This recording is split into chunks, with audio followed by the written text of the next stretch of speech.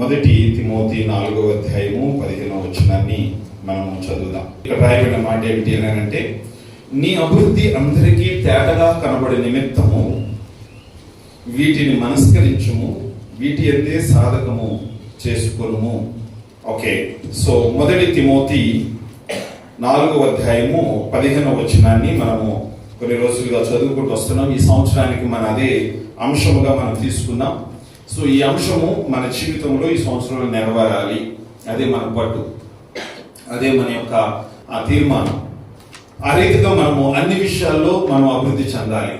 ఆత్మలోనే కాదు అన్ని విషయాల్లో మనం వర్ధిల్లాలి. మనందరూ ప్రార్థనలో అన్నింటిలో కొంచెం వర్ధిల్లుతూ ఉండొచ్చేమో, కానీ ప్రియుడా నువ్వు ఆత్మలో వర్ధిల్లిన కొలది అన్ని విషయాల్లో మనం వర్ధిల్లాలి. సో ఏ విషయాలు అన్నది మనం క్లుప్తంగా పోయినసారి చూసాం.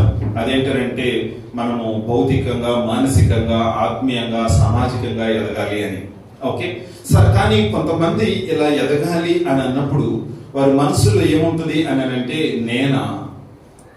నేను ఇక్కడికి వచ్చి నిలబడి కీర్తన చెప్పగలనా, నేను మైకు పట్టుకొని సాక్ష్యం చెప్పగలనా, నేను అందరిలాగా పాట పాడగలనా, నా వల్ల అవుతుందా అని వాళ్ళే చాలా మంది తక్కువగా అంచనా వేసుకుంటా ఉంటారు. వాళ్ళే నా ద్వారా కాదు అని డిసైడ్ అయిపోతారు. కొంతమంది ఎలాగనంటే అసలు నేను చేయలేను అని అంటే వాళ్ళు కేవలము వచ్చి ఆరాధనలో పాల్గొంటారు, చప్పట్లు కొడతారు, కానుకలు వేస్తారు, లేకపోతే వాక్యం వింటారు, అంతే.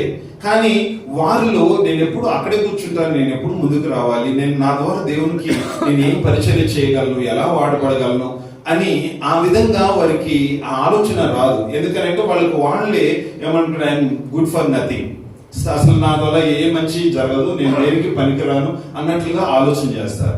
కానీ దేవుడు అలాంటి వారిని కూడా పైకి తీసుకురావాలని కోరుతూ ఉంటాడు. దేవుడు అలాంటి వెనక బెంచ్లో ఉన్న వాళ్ళని ముందుకు రావాలని, దేని విషయం గురించి భయపడుతూ ఉంటారో, దేని విషయం గురించి నా వల్ల కాదు అని అంటారు, అది నీ వల్ల కాదు నిజమే, కానీ దేవుడి వల్ల సమస్తము సాధ్యమే. ఆయన చేయగలడు, మన వల్ల ఏం కాదు, మనం ఏ పాటి వాళ్ళం. కానీ మనం చేయాలనే ఆశ మనకున్నప్పుడు, కొన్ని అడ్డంకులు దాటి ముందుకు వచ్చినప్పుడు ఆయన చేతిలో మనం వాడబడతాం. హల్లెలూయా. సో ఈ లేఖన భాగంలో నుండి జస్ట్ ఒక ఉపమానాన్ని ఈరోజు మీకు పరిచయం చేయాలని ఆశపడుతున్నాను. అది యేసయ్య మనకి నేర్పినటువంటి ఉపమానం. ఎంతమంది అయితే నా వల్ల కాదు, నేను చేయలేను, ఇది నాకు అసాధ్యము అని అనుకుంటారో, దేవుడు తన మాటల్లో చెప్పినటువంటి వింటే అవన్నీ నిజంగా మనందరికీ ఎంకరేజ్మెంట్ అవుతుంది. ఎలాగంటే నేను కూడా చేయగలను, నా వల్ల కూడా అవుతుంది అనే ముగింపు వస్తారు. ఆరంభంలో నేను చేయలేను అని అనొచ్చు, కానీ దేవుడు చెప్పినటువంటి మాటలు విన్న తర్వాత ఎస్ ఐ కెన్ డూ, నేను ముందుకు వస్తాను, నేను చేయగలను అనే ఆ విధమైనటువంటి ప్రోత్సాహం ఈ మాటల్లో మనకి కనిపిస్తుంది. సో ఇక్కడ నేను నీ అభివృద్ధి అందరికీ తేటగా కనిపించనివ్వు అని అంటే, మనం అభివృద్ధి చెందాలి, మన అభివృద్ధి బయట కనిపించాలి. Actually this is visible progress. Visible progress అని అంటే అది కనిపించే అభివృద్ధి. అది ఇన్విజిబుల్ ప్రోగ్రెస్ కూడా కొంతమందికి ఉంటుంది. అంటే నీ అంతరంగ పురుషుడు దినదినము వర్ధిల్లుతూ ఉండొచ్చు. ఓకే, అంత ఇన్విజిబుల్ ప్రోగ్రెస్ లోపల నువ్వు ఎప్పుడు ప్రార్థన చేస్తూ బైబిల్ చదువుతూ అదంతా, కానీ నీ వెలుగు అన్య జనుల ఎదుట ప్రకాశింప చేయబడినప్పుడు పరలోకమందున్న తండ్రి నీ ద్వారా మహింపరచబడతాడు. అది విజిబుల్ ప్రోగ్రెస్. మనం we are the light of the world, అంటే మనం లోకానికి వెలుగై ఉన్నాం. అదేమన్నాం ఇన్విజిబుల్, ఏంటిది అది విజిబుల్, అది అందరికీ కనిపిస్తుంది. అంతేకాకుండా ఇంకోటి ఉప్పు గురించి చెప్పినప్పుడు మీరు లోకానికి ఉప్పు, అది ఇన్విజిబుల్. అంటే ఉప్పు అనేది కనిపించదు, కూరలో కనిపిస్తుందా? సో అది ఇన్విజిబుల్. కొన్ని విషయాల్లో మనము ఇన్విజిబుల్ గానే ఉండాలి. మనం మన యొక్క నేను ఉపవాసం ఉన్నానని చప్పట్లు కొట్టు అందరూ చెప్పేది కాదు. అదేం చేయమన్నాడు దేవుడు, నీ గదిలోనికి వెళ్ళి రహస్యమైన దేవుడు కనిపించినట్లుగా నుంచి. అలాగే నువ్వు కానుకలు ఇచ్చేటప్పుడు ఎవరికో చూపించాలని కాదు, లేకపోతే నువ్వు ప్రార్థన చేసేటప్పుడు నీ రూమ్ లోకి వెళ్ళి తలుపు వేసుకుని దేవుడికి ప్రార్థన, కొన్ని రహస్యంగా నువ్వు చేయవలసి ఉన్నవి. అవన్నీ కూడా ఇన్విజిబుల్ ప్రోగ్రెస్. కానీ విజిబుల్ ప్రోగ్రెస్ అంటే లైట్ ఎప్పుడు కూడా దాకోదు, అక్కడ దాచివేయబడదు. సో మనం ఒక పక్కన విజిబుల్ ప్రోగ్రెస్ లో ఉండాలి, ఇన్విజిబుల్ ప్రోగ్రెస్. ఈ రెండు సాల్ట్, అలాగే వీటిలో ఉన్నటువంటి ప్రత్యేకత ఏంటంటే both will having the attitude of penetrating అని అంటే సో ఇప్పుడు చూడండి, ఈ లైట్ ని మనం ఆన్ చేసినప్పుడు చీకట్లో నుంచి దూసుకుంటూ పోయి ఆ చీకటిని పంపించేస్తుంది, అంటే పెనిట్రేట్ చేస్తుంది. అంటే అది వెలుతురు వచ్చినప్పుడు చీకటిని పారద్రోలేస్తుంది అంతే. అంతేకాకుండా ఉప్పు కూడా మనము ఎందులోనే వేసామనుకోండి, ఆ యొక్క మాంసం ముక్కలోనికో కూరలోనికో పెనిట్రేట్ అయిపోతుంది, లోపలకు దూరుతుంది, అంటే దానికి టేస్ట్ ఇస్తుంది. అంటే ఇప్పుడు ఏదైనా మనం ఒక చికెన్ ముక్క తింటున్నాను నోట్లో పెట్టుకున్నాం అనుకో, అది ఇందులో ఉప్పు లేదు అంటారు, అంటే ఉప్పు వేయకపోతే లేదు, కానీ ఉప్పు వేస్తే అందులో పెనిట్రేట్, అది కనిపించదు కానీ ఆ ఉప్పు ఉన్నట్లుగా మనకు తెలుస్తుంది. అంటే మనం అర్థం చేసుకోవాల్సింది ఏంటంటే పెనిట్రేషన్ అని అంటే దూరుకుంటూ పోవాలి, దూసుకుంటూ పోవాలి, లోపలికి వెళ్ళిపోవాలి, అప్పుడు మన యొక్క కార్యం ఏంటో అక్కడ కనిపిస్తూ ఉంటుంది. సో అందుకనే మన ద్వారా ఇన్విజిబుల్ ప్రోగ్రెస్ ఉండాలి, విజిబుల్ ప్రోగ్రెస్ రెండు. ఉప్పు వలె ఇన్విజిబుల్ ప్రోగ్రెస్ లో ఉండాలి, అలాగే లైట్ వలె విజిబుల్ ప్రోగ్రెస్ లోనికి వెళ్ళినప్పుడు మనందరము అన్ని విషయాల్లో అభివృద్ధి చెందుతాం. హల్లెలూయా. అన్ని కోణాల్లో మనం అభివృద్ధి చెందుతాం. యేసుక్రీస్తు చెప్పినటువంటి ఒక ఉదాహరణ, ఒక ఉపమానము మత్తయి సువార్త 13వ అధ్యాయము 31-32 వచనాల్లో ఈ యొక్క మాట మనము చదువుకుందాం. 31-32 ఈ రెండిట్లో ఉన్నటువంటి మాట ఏమిటంటే, ఆయన మరి యొక్క ఉపమానం వారితో చెప్పాను, పరలోక రాజ్యము ఒకడు తీసుకొని తన పొలంలో విత్తిన ఆవగింజను పోలి ఉన్నది. అది విత్తనములన్నిటిలో చిన్నదే గాని పెరిగినప్పుడు కూర మొక్కలన్నిటిలో పెద్దదై ఆకాశ పక్షులు వచ్చి దాని కొమ్మలి యందు నివసించినంత చెట్టగును. హల్లెలూయా. యేసుక్రీస్తు దేవుని రాజ్యం గురించి 13వ అధ్యాయంలో ఎన్నో ఉపమానాలు చెప్పుకుంటూ వచ్చాడు. చాలా ఉపమానాలు ఉన్నాయి. ఆయన ఈ ఉపమానాలన్నీ కూడా దేవుని రాజ్యం గురించే చెప్పుకుంటూ వచ్చాడు. దేవుని రాజ్యం అసలు దేనితో పోల్చబడింది, దేవుని రాజ్యం అంటే ఏంటి, దేవుని రాజ్యం ఎలా విస్తరించాలి అని చెప్తున్నటువంటి ఉపమానాల్లో ఈ 31లో మస్టర్డ్ సీడ్, ఆవగింజ గురించినటువంటి ఉపమానాన్ని ఆయన చెప్తా ఉన్నాడు. ఆ ఉపమానాన్ని చెప్పేటప్పుడు ఆయన ఏం చెప్తున్నాడంటే, పరలోక రాజ్యము దేనితో పోలి ఉన్నది అని అంటే ఆవగింజతో పోలి ఉందంట. ఓకే, పరలోక రాజ్యము ఆవగింజతో పోలి ఉంది. ఆ ఆవగింజ విత్తనములన్నిటిలో కూడా చిన్నది గాని అని రాసింది చూడండి, విత్తనములన్నిటిలో చిన్నదే గాని పెరిగినప్పుడు కూర మొక్కలన్నిటిలో కంటే పెద్దదైపోతుందంట. ఓకే, ఆవగింజ మనము చేతితో కూడా చూస్తే చాలా చిన్నగా కనిపిస్తుంది. అంటే నేను అనుకుంటాను మన కూర దినుసులన్నిటిలో కంటే చిన్నది ఆవగింజ ఉండొచ్చు. ఓకే, సో ఇక్కడ యాక్చువల్లీ నేను 3 విషయాల్ని ఎక్సర్సైజ్ చేయాలనుకుంటున్నాను. 3 విషయాలు ఈ యొక్క 31-32 వచనాల్లో ఉన్నటువంటి విషయాలు. ఆవగింజ చిన్నది కానీ అది పెరిగినప్పుడు వృక్షముగా చెట్టుగా మార్చబడుతుంది. ఓకే, అలాగే నీవు నేను కూడా ఈ యొక్క సంఘంలో చిన్నవారమే. చిన్నవారం అంటే అసలు గుర్తింపే ఉండదు. ఓకే, యాక్చువల్లీ ఒక్కొక్క ఆవగింజ దాని బరువే ఉండదు.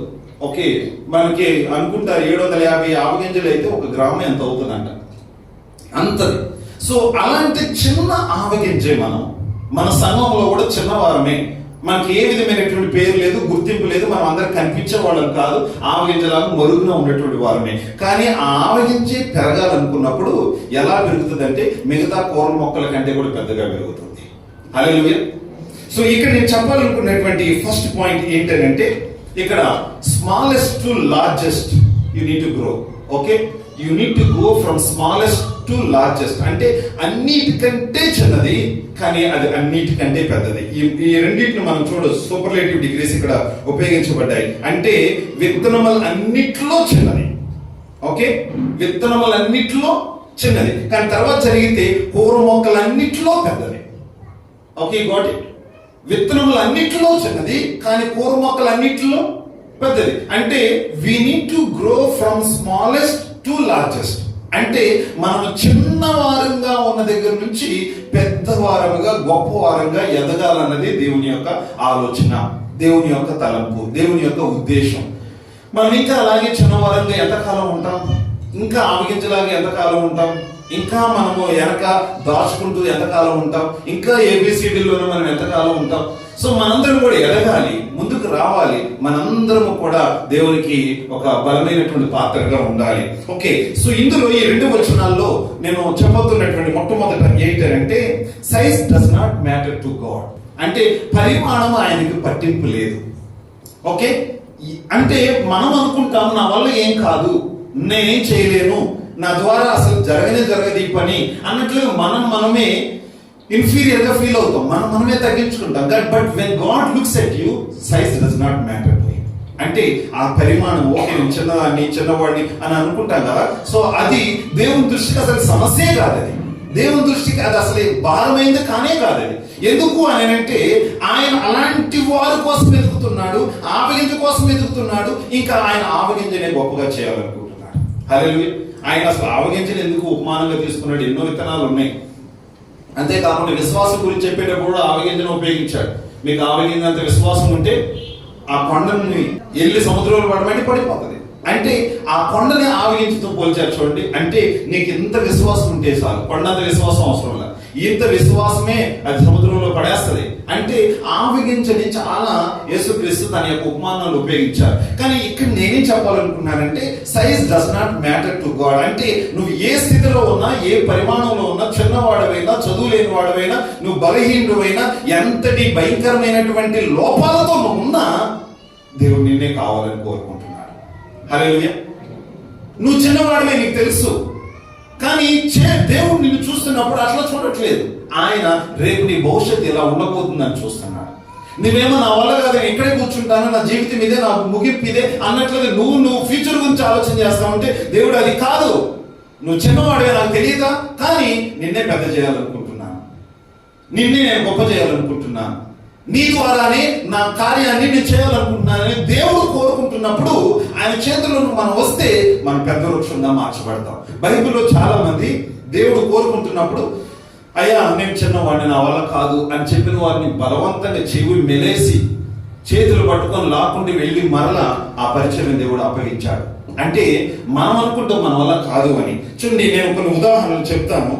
ఆవగింజ లాంటి జీవితం కలిగినటువంటి వారు ఆరంభంలో ఉన్నారు, కానీ చివరికి వాళ్ళ ద్వారా దేవుడు గొప్ప గొప్ప కార్యాలు చేశారు. బైబిల్ గ్రంథంలో మనము ఇర్మియా గ్రంథం 1వ అధ్యాయంలో చూద్దాం. చూడండి, ఆయన కూడా నేను చిన్నవాడినే ప్రభువా, నా వల్ల ఏం పని అవుతుంది, నేనేం చేయగలను, అసలు నా ద్వారా ఏమైనా ప్రవచనాలు నోట్లోంచి రాగలవా అని ఆయన అలా అన్నప్పుడు దేవుడు ఏమన్నాడో మనం చూద్దాం.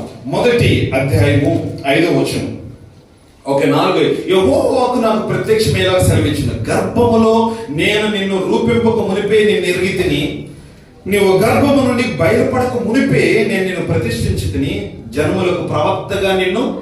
చూసారా, ఆయనకి తెలియదు అసలు. పొట్టలో ఉన్నప్పుడు ఆయన ఏమి ఆ రీతిగా ఆయన ఆలోచన చేయలేదు. ఓకే, పొట్టలో ఉన్నప్పుడు దర్శనాలు ఏం చూడలేదు. ఆయన పొట్టలో ఉన్నప్పుడు కాలింగ్ ఏం రాలేదు ఆయనకి. ఆయన ఏమి చెవులతో దేవుడు నాకు ఈ మాట ఇర్మియా అని ఆయన పిలవలేదు. కాకపోతే దేవుడు ఆయనకు తెలియకుండానే తల్లి గర్భంలో ఉండగానే రూపించుకున్నాడు.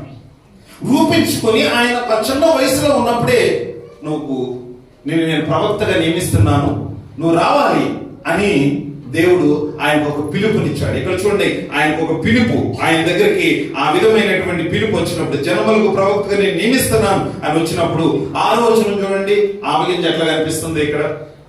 అయ్యో ప్రభువా, చిత్తగించు నాయన, నేను బాలుడని మాట్లాడటానికి శక్తి చాలదు అని చెప్తా ఉన్నాడు. చూసారా, ఇదే కదా ఆవగింజ. నేను బాలుని ప్రభువా, అయ్యో నేను చిన్నవాడిని ప్రభువా, నా వల్ల ఏమవుతుంది నాయన. ప్రవక్త, వావ్, యెషయా ప్రవక్త, ఇంతమంది పెద్ద పెద్ద వాళ్ళు చేయగలరు, కానీ నేను చిన్నవాళ్ళు నేనేం చేయగలను? నాకంటే ముందున్న వాళ్ళు గొప్ప గొప్ప ప్రవక్తలు, గొప్ప గొప్ప దైవజనుల వాళ్ళు మంచిగా పరిచయం చేశారు. నేను చిన్నపిల్లవాడు, నేనేం చేయగలను?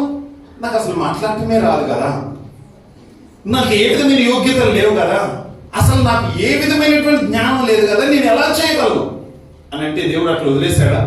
చూడండి, ఇక్కడ ఏమంటున్నాడు 7వ వచనం, యెహోవా నాకు ఇలా సెలవిచ్చును, నేను బాలుడును అనవద్దు, నేను నిన్ను పంపువారి యొద్దకు నువ్వు పోవలను, నీకు ఆజ్ఞాపించే సంగతులను చెప్పవలెను. చూడండి 9వ వచనం, యెహోవా చెయ్యి చాపి నా నోరు ముట్టి ఇలాగ సెలవిచ్చాను, ఇదిగో నేను నీ నోట నా మాటలు ఉంచి ఉన్నాను, పెళ్లగించుటకును, విరగొట్టుటకును, నశింపజేయుటకును, పడద్రోయుటకును, కట్టుటకును, నాటుటకును నేను ఈ దినమున జనముల మీదను రాజ్యముల మీద నేను నియమించి ఉన్నాను. హల్లెలూయా. చూసారా? అంటే దేవుడు ఆయన ఫ్యూచర్ ఎలా చూస్తున్నాడు? ఎలాగంటే నువ్వు రాజ్యముల మీద, జనముల మీద ఒక అధిపతిగా నేను నియమిస్తున్నాను. That is the future of the జనమై. ఆయన చూస్తున్నాడు. కానీ నేనేమంటున్నాడు? నేను చిన్నపిల్లలతో ఉంటాను ప్రభు, నేను చిన్నవాడిని, నాకు ఆ బాధ్యత నాకు వద్దు, ఇంకొకరికి ఎవరికైనా ఇచ్చేసి నేను నా మాట ఎవరు వింటారు అని ఆ మాట ఆయన పలుకుతున్నప్పుడు దేవుడు చెప్పాడు, డోంట్ టాక్ లైక్ దట్. బాలుని అనవద్దు నువ్వు. నీ నోట్లో నా మాటలు పెట్టి నేను ఎలా ఉపయోగిస్తానంటే పెళ్లగించడానికి, విరగొట్టడానికి, నశింపజేయడానికి, పడదోయడానికి, కట్టడానికి, నాటడానికి నేను నా చేతుల్లో వాడుకుంటాను. హల్లెలూయా. చూడండి, దేవుడు ఆవగించగా ఉన్నామని ఆయనకు తెలియదా? బాలుడు అని ఆయన అన్నాడని ఆయనకు తెలియదా? కానీ మనం ఏం చూస్తాము అని అంటే ఈ రోజు వరకే చూస్తాం. ఈ రోజు నేనేం చేయలేను, ఇదే చూస్తాం. కానీ నీ ఫ్యూచర్ దేవుడు, God knows your end from the beginning. నీ ముగింపు ఎలా ఉండబోతుందో ఆయనకు మొదటి నుంచే తెలుసు. ఈయన తల్లి గర్భంలో ఉండగానే దేవుడు రూపించుకున్నాడు అని అంటే ఆయనకు అసలు పొట్టలేదు. ఇంకా పొట్టలో ఉండగానే దేవుడు ఆయన ఏర్పాటు చేసుకుని నువ్వు ఇలా ఉండబోతున్నావు, ఇలా ఉండబోతున్నావు అని.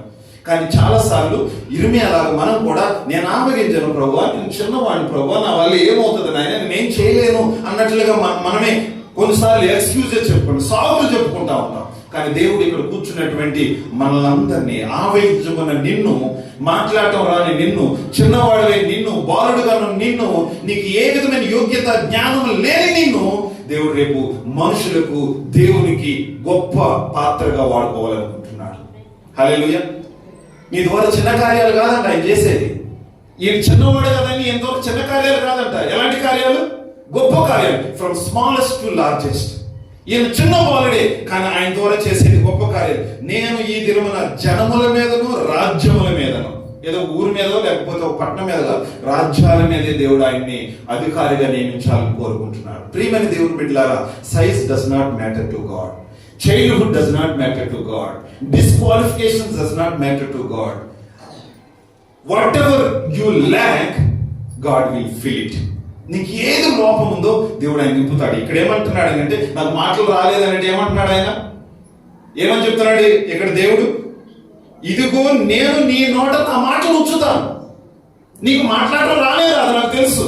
నా మాటలు నీ నోట్లో ఉంచినప్పుడు నువ్వు మాట్లాడడానికి ఏమైంది?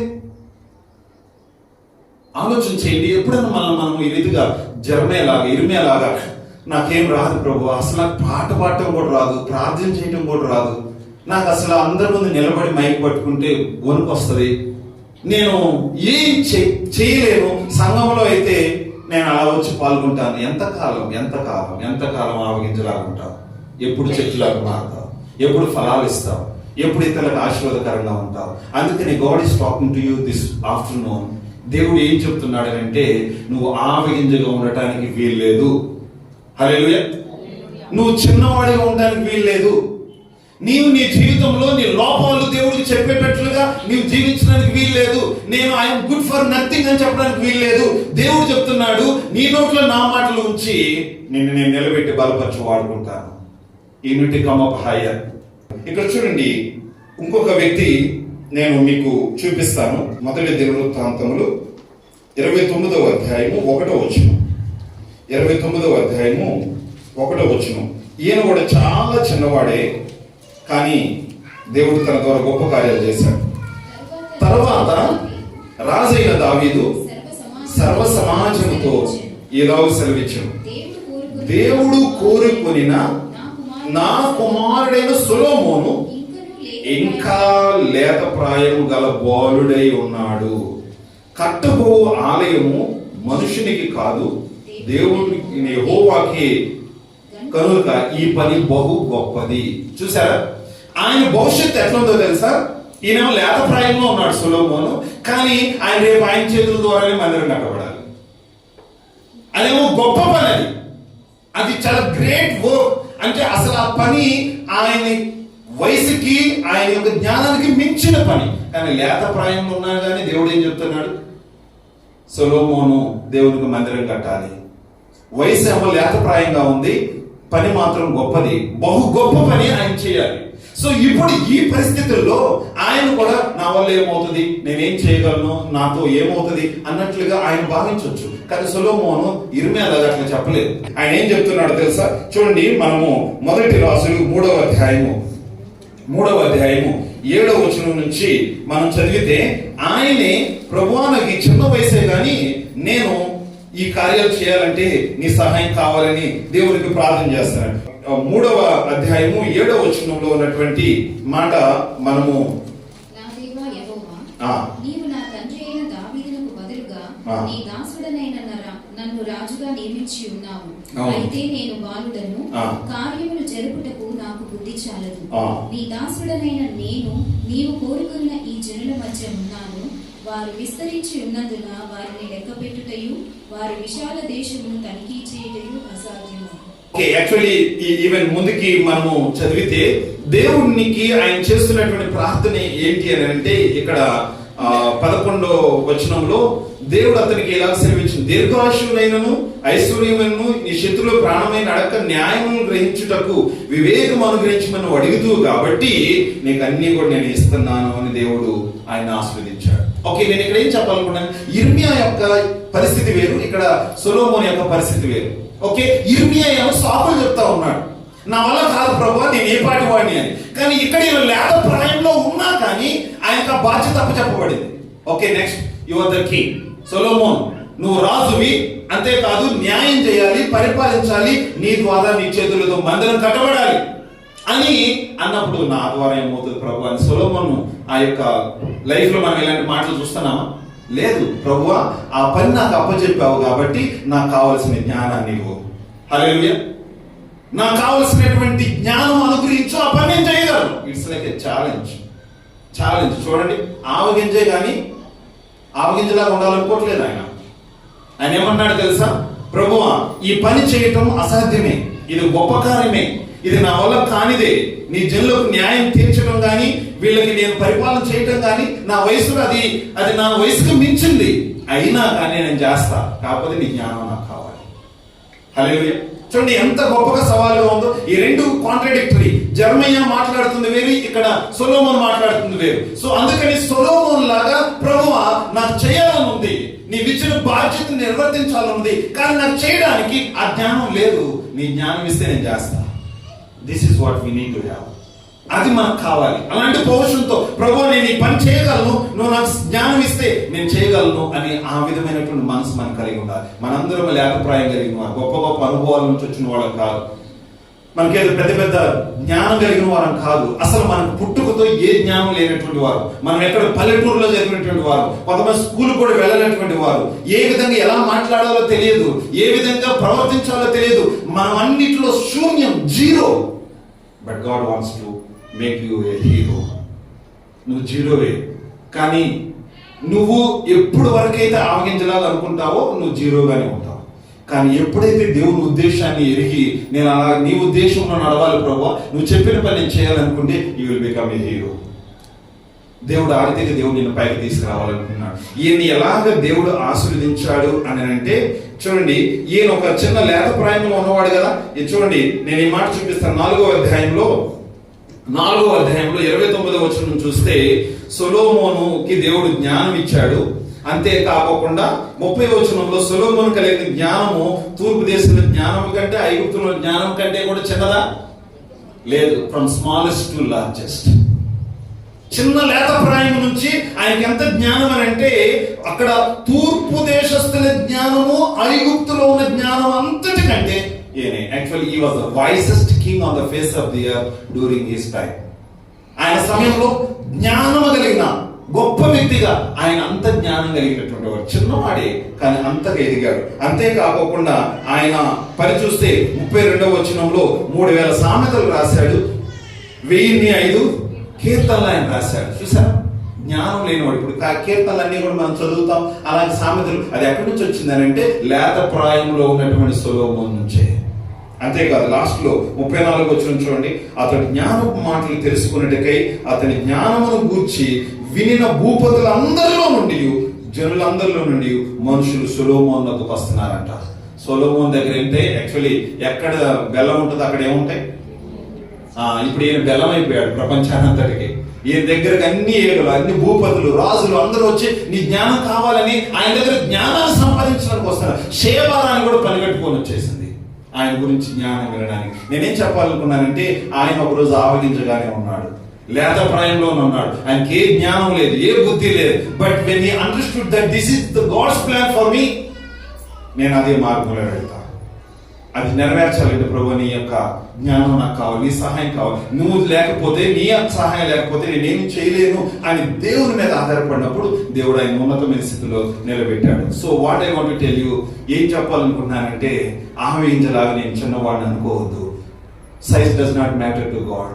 నువ్వు ఏం చదువు లేకపోయినా నువ్వేం ఆలోచన, నేను ఒక స్త్రీని నువ్వు ఆలోచన చేయొద్దు, నాకు యోగ్యతలు లేవు, నేను పాడలేను అని నువ్వు ఎప్పుడు అనుకోవద్దు. ఎందుకంటే నీ జీవితం గురించి దేవుడు మరొకటి ఆలోచన చేస్తున్నాడు.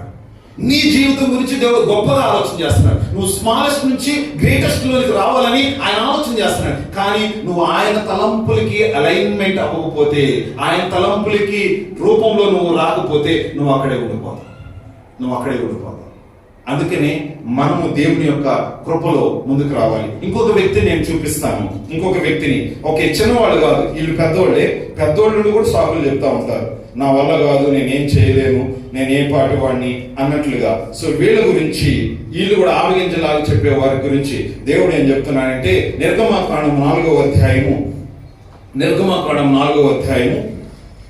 10వ వచనం నుండి మనం చదివితే, ఇక్కడ ఈవెన్ 3వ అధ్యాయంలో మనకు తెలుసు, దేవుడు బర్నింగ్ బుష్ దగ్గరకు వచ్చి, మండుచున్న పద దగ్గరకు వచ్చి, మోషే నువ్వు రావాలి, నిన్న ఐగుప్తుకి నేను పంపించాలి, అక్కడ కష్టపడితే నా బిడ్డల్ని విడిపించాలి, వారిని కనానికి తీసుకెళ్ళాలి, నువ్వే సరైనటువంటి నాయకుడివి, నువ్వే రా అని అంటే ఆయన ఎన్నోసార్లు ప్రభువా నేను చేయలేను అన్నాడు. ఇక్కడ చూడండి 10వ వచనంలో, అప్పుడు మోషే ప్రభువా ఇంతకు మునుపైనను నీవు నీ దాసులతో మాట్లాడినప్పటి నుండే నేను మాట నేర్పరిని గాను, నేను నోటి మాంద్యము గలవాడును, నాలుగు మాంద్యము గలవాడును అని యెహోవా చెప్తున్నాడంట. దేవుడు ఏమో ప్లాన్ కలిగి ఉన్నాడు ఆయన గురించి. అంతేకాకుండా ఈయన ద్వారా ఇశ్రాయేలు గురించి కూడా ప్లాన్ కలిగి ఉన్నాడు. వాళ్ళు 430 సంవత్సరాల నుంచి అదే చెరలో, అదే బానిసత్వంలో, అదే పాపంలో, అదే విధమైనటువంటి దుఃఖంలో, వేదనలో ఉంటే నేను నిన్ను ఏర్పాటు చేసుకుంటున్నాను, నువ్వు వెళ్ళి వాళ్ళని విడిపించాలి, నువ్వు వాళ్ళకి ఆశీర్వాదకరంగా ఉండాలి, నువ్వు వారిని దీవించే విధంగా ఉండాలి, పద మోషే అని అంటే ఏనేమంటున్నాడు, నేను నత్తోడిని ప్రభువా, నాకు మాటలు రావు, ఇంకెవరినైనా ఏర్పాటు చేసుకో, ఇంకెవరినైనా చూసుకో, నేనైతే గొర్రెలే మేపుకుంటాను కదా. ఏం చేస్తాడంటే ఆయన, నేను గొర్రెలే మేపుకుంటా, అడవిలోనే ఉంటా, ఎండకి ఎండుతూ వానకు తడుస్తూ, నాకు గొర్రెలే ఇష్టం. కానీ అంతకంటే ఉన్నతమైన స్థితిలో గొర్రెలు నడిపించడం కాదు, నువ్వు ఇశ్రాయేలు ప్రజల్నే నడిపించు, గొప్ప నాయకుడు కావాలి అని అంటే ఏమంటున్నాడు ఆయన, నా వల్ల కాదు ప్రభువా, నేను చేయలేను ప్రభువా అని అంటే దేవుడు బుద్ధి వచ్చినట్లు ఏం మాట్లాడుతుందో చూడండి 11వ వచనంలో, మానవునకు నోరిచ్చిన వాడు ఎవడు, మూగవానికి, చెట్టువానికి, దృష్టి గల వానినే గాని, గుడ్డి వానినే గాని పుట్టించిన వాడెవడు, యెహోవా నేనే కదా. బుద్ధి కలుగుతుందా? ఇన్ ద సేమ్ వే మోషేలా మాట్లాడుతున్న వాళ్ళు ఇక్కడ ఎవరైతే కూర్చున్నారో ఈ మాట టీ కూడా ఒప్పిస్తాను, నాకు మాటలు రావు, నేను నిలబడలేను, ఎంతమంది అయితే అనుకుంటారో దేవుడు చెప్తున్నాడు ఏంటంటే, మానవుడికి నోరిచ్చిన వాడు ఎవరు, నువ్వేమైనా సొంతగా పెట్టుకున్నావా? అంతేకాకుండా రెండవది, మోగు వాడినే కానీ, చెవిటి వాడినే కానీ, గుడ్డి వాడినే కానీ పుట్టించింది ఎవరు? అంతేకాకుండా ఇక్కడ చూడండి 12వ వచనంలో ఆయన ఎంత చాకులు చెప్పిన దేవుడు ఏం చెప్తానంటే, కాబట్టి వెళ్ళుము, నేను నీ నోటికి తోడై ఉండి నీవు ఏమి పలకవలసినది నీకు బోధించదునని అతనితో చెప్పాను. హల్లెలూయా. చివరికి ఆయన ఎట్లయితే ఒప్పుకోవాల్సినటువంటి పరిస్థితి ఏర్పడింది. ఓకే, ఒక్కసారి ఆలోచన చేయండి, నువ్వు ఎప్పుడు కూడా ఆవగించలాగా అక్కడే కూర్చుంటావా? బల్లకి నువ్వు ఎన్ని రోజులు అవుతుంది నువ్వు ప్రార్థన చేసిన వాళ్ళు ప్రార్థన చేస్తున్నారు, నువ్వు బలలో పాల్గొంటున్నావు, కానీ బల గురించి ఎప్పుడైనా స్తుతులు చెల్లించావు? ఎప్పుడైనా దేవుని కోసం నేను నా అభివృద్ధి తేటగా సంఘంలో కనబడేటట్లుగా ఇతరులకి ఒక ఆశీర్వాదకరంగా ఉండాలని ఎప్పుడన్నా ఆలోచన చేశాము? ఎప్పుడు వెనకాలే ఏదన్నా చేయాలన్నా కానీ వెనకాలే. కానీ దేవుని వాక్యం ఏం చెప్తుంది, నేను చెప్పట్లేదు, నీ నోటికి బోరగా ఆయన ఉంటాడు, నీ నోట్లో ఆయన మాటలు పెడతాడు. నీకేది అసాధ్యమో ఆయనకి సాధ్యం. నువ్వేం చేయలేవో ఆయన నీ తరపున చేస్తాడు. నువ్వు అలాగా ఆయన చేతుల్లో ఒక మట్టి ముద్దలా నువ్వు సమర్పించుకుంటే నేను ఒక అందమైన కొండలాగా దేవుడు చేస్తాడు. కానీ నువ్వు ఆ చేతిలోనికే రానంటున్నావు. కుమ్మరి చేతిలోనికి మట్టి రానంత వరకు కొండ అవుతుందా? అవుతుందా చెప్పండి? నేను రాను అని అంటే మట్టి మట్టిలాగే ఉంటుంది. అందరిని ఆ మట్టిని ఏం చేస్తారు? తొక్కుతారు, పడేస్తారు. అది అసలు నీచమైనటువంటి ఏ ఉపయోగం రానిటువంటి మట్టిలాగా ఉంటుంది. కానీ ఎప్పుడైతే ఆ మట్టి కుమ్మరి చేతిలోకి వస్తే కుమ్మరి మంచి అందమైనటువంటి కుండను చేసినప్పుడు ఆ కుండ అందరికి ఆశీర్వాదకరంగా మార్చబడింది. అంతే. నువ్వు ఇంకా మట్టిలాగా ఉండాలంటే మట్టిలాగే ఉండు, నీ జీవితం జీరోలాగే ఉంటుంది. కానీ కుండలాగా మారాలంటే ఆయన చేతిలోకి రా. ప్రభువా, నువ్వు ఎలా నన్ను వాడుకోవాలనుకుంటున్నావు అలా వచ్చేస్తా. నేను అసలు మట్టికి విలువ లేదు, మట్టి తొక్కబడేది. కానీ కుండ మాత్రం నెత్తి మీద పెట్టుకుంటారు దాన్ని. అవునా కాదు? కింద ఉండదు, అది నెత్తి మీద పెట్టుకుంటారు దాన్ని. అంతే, ఒక ఎత్తు స్థానంలో పెడతారు. దాని ద్వారా చాలా మంది మంచి ఆరోగ్యంగా ఉండే వాటర్ తాగుతూ ఉంటారు. సో అదే నేను చెప్పాలనుకుంటున్నాను. నేను నోటి మాన్యం గలవాడు, నాకు అది రాదు ఇది రాదు అని ఈ రోజు ఎవరన్నా అంటే, this is the challenge that I'm giving you today from the word of God, that you should come up. నువ్వు పైకి రావాలి. నువ్వు చాకులు చెప్పడానికి కాదు, నీ అభివృద్ధి కనిపించాలి. ఈ సంవత్సరం నీ ప్రార్థన సంఘంలో వినపడాలి, నీ సాక్ష్యాల సంఘంలో వినపడాలి. నీ సాక్ష్యాలు విని సంఘంలో ఎంతో మంది ఆశీర్వదించబడాలి. ఏనే వెళ్ళకపోతే ఇంకా వాళ్ళు ఎన్ని సంవత్సరాలు బానిసత్వంలో ఉండేవాళ్ళు. Actually one commentator interpret like this: 400 సంవత్సరాలే కదా దేవుడు చెప్పింది అక్కడ ఐగుప్తులో ఉండవలసింది, కానీ 430 సంవత్సరాలు అయింది. 430 సంవత్సరాలు ఎందుకైంది? 400 సంవత్సరాలకే దేవుడు ఆ రీతి వాళ్ళు ఉండమని చెప్పాడు. 30 సంవత్సరాలు ఎందుకనంటే, some commentators saying that Moses was not ready to go. మోషే వెళ్ళడానికి సిద్ధంగా లేదు కాబట్టి 30 సంవత్సరాలు ముందే విడిపించబడవలసిన వాళ్ళు 30 సంవత్సరాలు అధికమైనటువంటి బానిసత్వం ఉండవలసి వచ్చింది. ఈ రోజు నువ్వు లేట్ చేస్తుంటే ఇతరులకు నష్టం కలుగుతుంది తెలుసా? నేను వచ్చే సంవత్సరము, ఆ తర్వాత సంవత్సరం, అప్పుడు చేస్తా ఇప్పుడు చేస్తా నువ్వు అనుకుంటా ఉంటే నీ ద్వారా వచ్చే ఆశీర్వాదాలు ఇక్కడ వీళ్ళకి ఆలస్యమైపోతుంది. ఎవరు వస్తారు మా కొరకు? మమ్మల్ని ఎవరు బలపరుస్తారు? మమ్మల్ని ఎవరు దీవిస్తారు? మాకెవరు మంచి మాటలు చెప్తారు? అనేక మంది నీ కోసం ఎదురు చూస్తున్నావు. కానీ నువ్వు ఇంట్లో కిచెన్ లోనే, లేకపోతే ఆఫీస్ లోనే, లేకపోతే పొలంలోనే, బిజినెస్ లోనే నా పని అదే అన్నట్లుగా నువ్వు భావిస్తున్నావు. But God wants you do much more greater job than this. దానికంటే ఉన్నతమైనటువంటి పని నీ ద్వారా దేవుడు చేయించుకోవాలని ఆయన ఆశపడుతున్నాడు. వస్తామా మనం? చివరికి ఒప్పుకున్నాడు. చూడండి, ఫ్రమ్ స్మాలెస్ట్ టు లార్జెస్ట్. ఎట్లానంటే పాత నిబంధనలో ఇన్ని లక్షల మందిని నడిపించిన నాయకులు మరి ఎవరో చూడరు, మోషే తప్ప. Greatest leader in the old testament. అంటే 6 లక్షల కాల్బలాన్ని ఒక్క చేతితో నడిపించగలిగినటువంటి ఇంత నైపుణ్యత ఎలా వచ్చింది? నాకు నోటి మాటలే రావు, నేను గొర్రెలు కాసుకునేవాడు మనుషుల్ని 40 సంవత్సరాలు నడిపించగలిగినటువంటి ఇంత జ్ఞానము, ఇంత నాయకత్వం ఎలా వచ్చింది అని అంటే, కొండగా మార్చబడ్డాడు దేవుని చేతిలో. హల్లెలూయా. దేవుడికి లోబడ్డాడు. ప్రభువా, నీ ఇష్టం, నువ్వు నేను ఏం చేయాలో నువ్వు అలా చెయ్యని దేవుని చేతిలో ఆయన పూర్తిగా లోబడ్డాడు. ప్రతి దానికి కష్టం వచ్చినా నష్టం వచ్చినా, ఇశ్రాయేలు తిట్టుకున్నా, సనుక్కుంటున్నా, గునుక్కుంటున్నా, ఏ విధంగా వ్యతిరేకంగా వచ్చినా ఆయన వైపు చూస్తున్నాడు. అది ఆయనలో ఉన్నటువంటి నాయకత్వం. సో నేనేం చెప్పాలనుకుంటా, ఫస్ట్ థింగ్ ఏంటంటే, size does not matter to God. మన బ్యాక్గ్రౌండ్ చాలా దుఃఖకరమైనటువంటి బ్యాక్గ్రౌండ్ నుంచి వచ్చిన వాళ్ళు. మనందరం తెలుగు మీడియం నుంచి చదివి వచ్చిన వాళ్ళు, మట్టి పలకల మీద రాసినటువంటి వాళ్ళు, స్కూల్కి 5 కిలోమీటర్లు నడుచుకుంటూ వెళ్ళేటువంటి బ్యాక్గ్రౌండ్ మంది. ఒకరోజు తినడానికి ఉన్నాయి, ఒకరోజు తినడానికి లేవు. మనకి ఏదో ఒక రకమైనటువంటి ఆకలి దప్పులతో ఉన్నటువంటి పరిస్థితి.